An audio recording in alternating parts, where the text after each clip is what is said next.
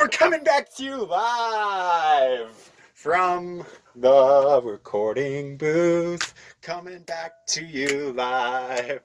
I'm Sean. And I'm Zach. And we're coming back to you live. Yeah. And check out our next album coming to you soon, along with the new addition to the merch store. Yeah, throw it up, Sean. Boom! Whoa! Naomi's done it again! Something amazing! Glorious. It's so good, honestly.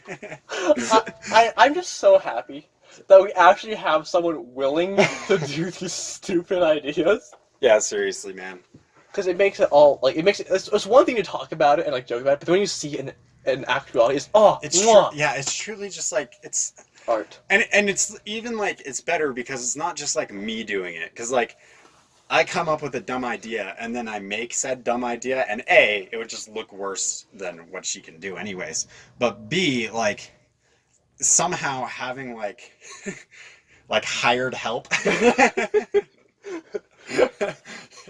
I told her, because she asked, like, 2 weeks ago, she was like, oh, sorry, I haven't done that yet. I think I like sent her a meme, and that's why she was talking to me. She said, sorry, I haven't done that yet. Is there like a deadline? And I was like, end of the month. If you do by the end of the month, I'm doubling your pay. And she's like, oh, I'm getting paid now? I'm like, oh, well, it's the standard rate. She's like, so nothing. I'm like, right. Double that. So yeah, she's getting paid double now. Well, good for her. So if you need to borrow money, go to Naomi.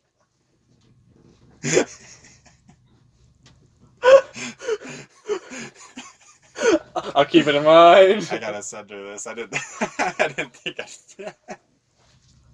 Oh my goodness. All right. Anyways, yeah, that's something. Take his hat off. It's too friggin' hot. No, I'm melting. It's so hot in here. Why is that fan not doing anything? Do you want me to help? Oh, no. Sean's just having an episode again. Like, no, Sean, no, now's not the time. We're recording now. I'm like on the ground, just like mouth frothing. Like, we don't edit this, Sean. You can't have it here. Not now. We've talked about this. What did we talk about again? You wasn't here.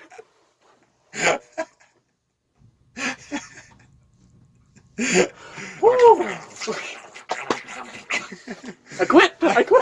Oh yeah, you can leave, man. It's fine. Don't let the door hit you where the good Lord split you.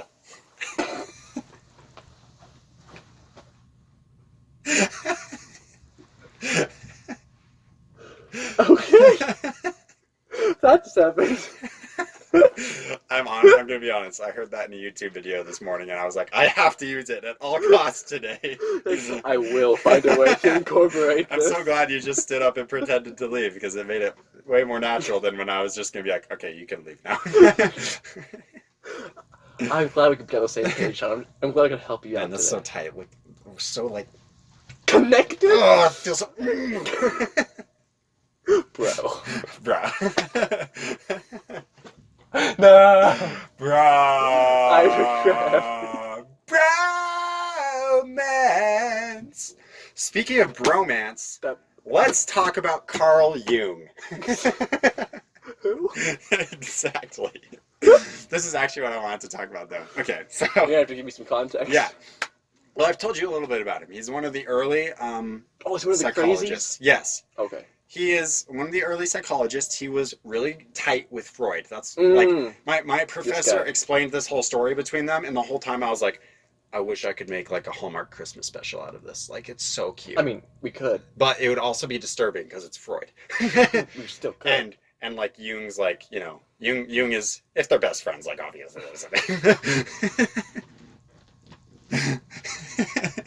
So Jung, the reason Zach said he was crazy is because he kind of was. Where do I want to start with this? Basically, he was really tight with Freud. Like, honestly, like, Freud's, like, second in command for a long time. And then on a boat to America, where they were going to give a conference, they were talking, and they were like, hey, we're bored, because they were writing each other letters for so long. Mhm. Like total pen pals, like so cute. Adorable. Adorable. Totes Right? adorbs. And my professor was like, they've been writing for so long, like now they got nothing to talk about. So they're like, let's analyze each other's dreams. So Jung was like, okay. So Jung told his dream, and Freud Freud analyzed it, and Jung did not like how the analysis went Okay. and what it said about him. But Jung was like, okay, whatever. You tell me your dream, and Freud was like, no. No. Bro! And Jung was like, but fetch. So he started kind of having some issues with Freud there. Also, like Jung would be giving a presentation, and Freud would be in the room, right? And he'd be going over Freud's theory, and then Jung might slip in something that isn't exactly Freud's theory, just some of his own speculation, Right. some of his own theory. And Freud would be like, that's not it. But Jung would be like, whatever, like I'm giving a presentation, he'd give it, and then Freud would literally pass out. Wait, what? Freud would pass out if he spoke about things that weren't in his theory. So that almost like a defense mechanism, so that he would stop talking about it. So Jung's kind of being like, what the fetch? This guy, what's going on? So basically, in the end of this story, and this is all very biased, like from my teacher's opinion, right? But like, I like how he put it. In the end, Jung pretty much broke up with Freud. Or maybe they both broke up with each other. I don't know. It was rocky. And Jung had a bit of a meltdown where he locked himself in his attic for 2 years. Just a bit of a meltdown. I mean, in which time that's not normal? He wrote a book. He drew lots of art, which was really impressive art. And he listened to voices in his head. Oh, all good things. His past patients telling him things. And this is where he came up with his theory. And I wanted to talk about his theory, which I find very fascinating. Okay. Jung was very into the concept of a dual personality within yourself. Oh, you're mentioning this. Yeah, before, so I talked about this. One end of that is he called it anima and animus, where he wanted to explain why some men act more feminine. And so he said that there's like two people within you, and one is female and one is male, and there's kind of a bit of a power struggle there, right? And that's why also some female or some women will act more masculine, right? Okay. So I mean, whatever, not terrible, not terribly important for what I want to talk about today, but it emphasizes the point of what he was into. But the main part that I want to focus on is he believed in there's you, and you is like a social construct. You act the way society wants you to, right? Yes. Yeah, I told you about this. And then there is your shadow self. And your shadow self is you're the one that is just purely pleasure seeking. It just wants to have fun. Okay? So if you yourself suppress your shadow self for too long, it will begin to leak out. That was the idea, basically. So that's why, like, if you're doing really good with like homework and keeping up with school for so long, and eventually you're just gonna kind of have like a meltdown. You're gonna be like, I need to just binge some YouTube all day. That's your shadow leaking through. Interesting. Okay, so I wanted to get your thoughts on that initially. Okay. Yeah, just that idea. First off, I was actually gonna text you. And I didn't because I forgot because it's me. But I was walking to my car. I think it was Thursday last week, and I was thinking on this exact idea because you just told me about it. Yeah. And when I was walking my car, it just came to me. I was like, "Why am I even thinking about it?" But I went off in my mind because I was like, "That's what I do." Anyways, and I feel like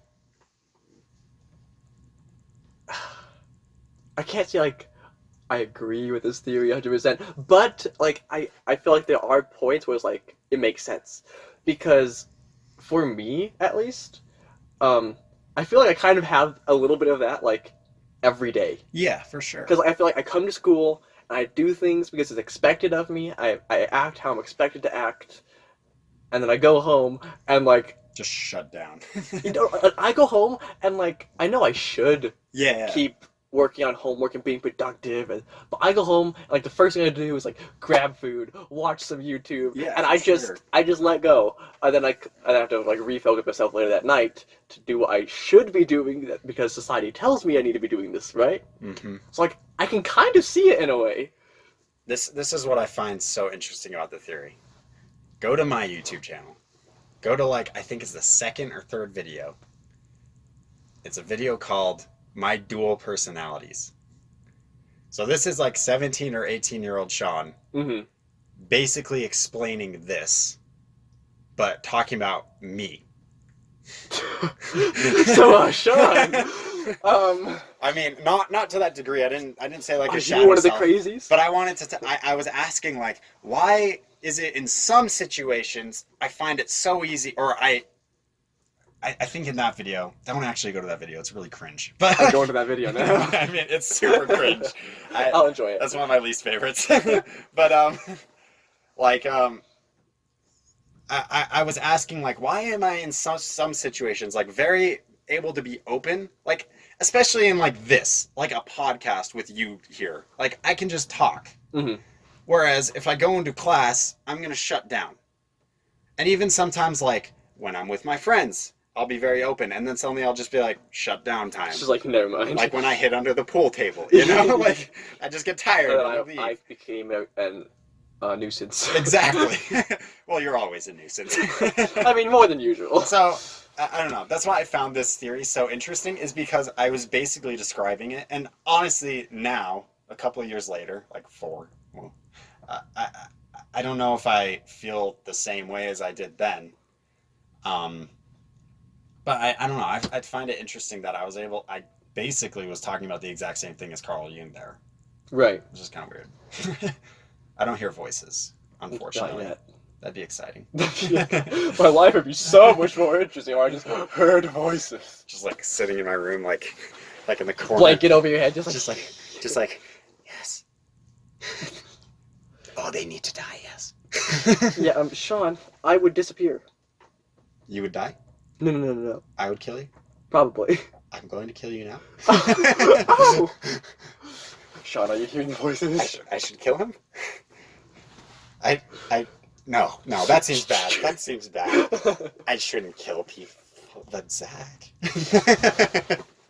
Sorry. I see enough more movies know where this is going. I hope I'm one of the smart survivors. You. I can be optimistic. Come on now. But I mean, I am the who dies first in every single movie, so the odds are pretty against me. Yes, they are. Absolutely. You mentioned that you would just sometimes you'd having you'd just open and social, and then just a few minutes later be never mind, right? I have that exact same thing, whereas I can either go to a place or something, I'm super excited, we're partying, and then I don't know, a switch just flips. I'm just dude, I'm done with this, and I don't know what it is. It's so interesting. Yeah, I wish I could psychoanalyze us better. I will say this about Jung, okay, and where this idea came from him. He had an affair that lasted for 40 years. Whew. So okay. You can kind of see a dual thing going on there. He was living two lives, right? That was the dream that Freud analyzed. Is Jung's dream was he was in this house and he was going down the stairs, and he went down each staircase he went down, the room's furniture became older fashioned, just stuff like that, and then he got down to the bottom in the basement, and there was 2 skulls, and that was how it ended. And so Freud's analysis of that was he's going into his subconscious, because he's Freud, and Freud's really into the subconscious mind, right? So he's starting at the conscious, and he's going down and down and down into the subconscious. And in the subconscious is the 2 skulls, which represent his wife and his daughter, who he wished weren't there, so he could have this affair, you know. Ooh. I would like that. Yeah. And Jung was no, because Jung, a 40-long-year affair, the wife knows. So for him it was more I mean, I got my family, I got this girl, things are all right. You know? He's I'm just living 2 lives, it's fine. Exactly, 2 lives. So that's the interesting thing, is there was a definite, for him, this 2 life idea, where there's maybe the social part of his life, his family. He needs to keep up, making that look good. Appearances, but right. then he just wants to have fun with this girl who he's having an affair with. So can you see that in yourself at all? Am I having an affair? Are you cheating on me? Are you doing another podcast with someone? Zach! Are you doing another podcast with anyone? No, Sean, I'd never. You didn't look me in the eyes when you said that. I'm not doing another podcast with anyone. How can I trust you at this point? You had your chance. After all we've been through. I was nothing but loyal. Every single week, slaving as I edit these videos and upload them. You don't edit them. I do! I cut the one part and put it at the back. I've been putting a lot more work into editing in this past semester. You do some editing. And I'd like to thank you for your hard work and dedication. Well, that does feel nice. I looked you in the eyes. I want you to know that. So what's her name? Siri. Is that the name of the podcast or the co-host? Oh, it's the co-host. I just ask Siri stupid questions, and then she answers. That sounds like a great... Wait, get Siri out. No, I got you, man. I got you. Ask Siri if she has a dual personality. Hey, Siri. Do you have a dual personality?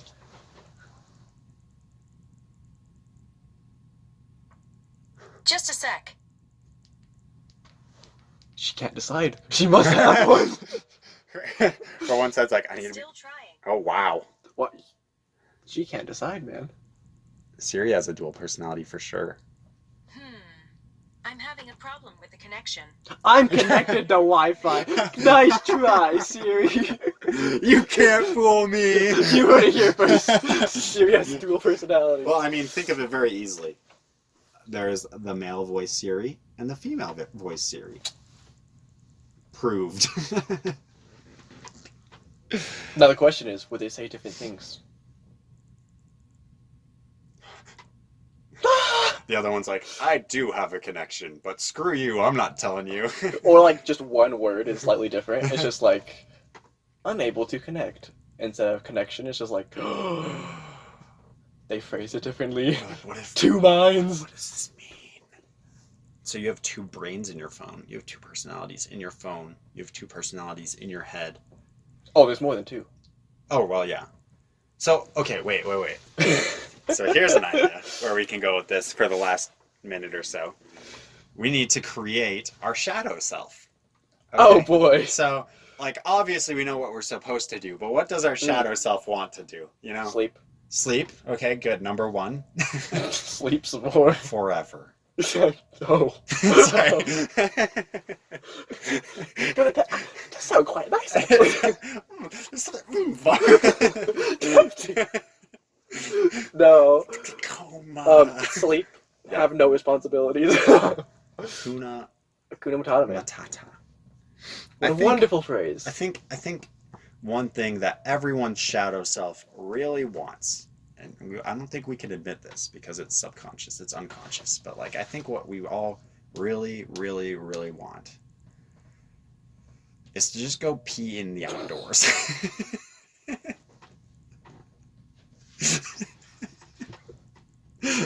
I thought you knew. There's gonna be something stupid. I was trying so hard to think of anything. I was like, you need to come up with something right now, Sean, right now. You're like, something deep. Pee in the outdoors. But isn't there something freeing about that? Like, yeah, toilet, you can't tell me where to pee. I'm gonna go pee over on that tree. I don't even need to pee on a tree. I can just pee wildly into the wind. Well, not into the wind, with the wind, probably. Into the wind. Do you want to try that and tell us how it goes? Listen, man, I've been there. There's a lot of wind out there today. I've already been there. Not an experience worth going into. Not worth it. My Yelp review of that is like 0 how many stars. stars? 0 stars. Maybe half a star. It is nice and warm.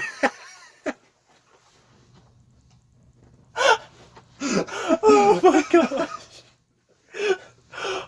Sean, I have one more thing I have to ask you before we end. Yes, please. Because you haven't given us an update in a long time. Oh, the dead cat. Cat watch. Our dead cat is doing all right. I peed on it. I'm just kidding. I'm just kidding. That's where it happened. I'm sorry. I'm just kidding. He was just warming up. He's doing all right. So I would say the eyeballs are completely gone now. But he's still remarkably well preserved. Like, remarkably.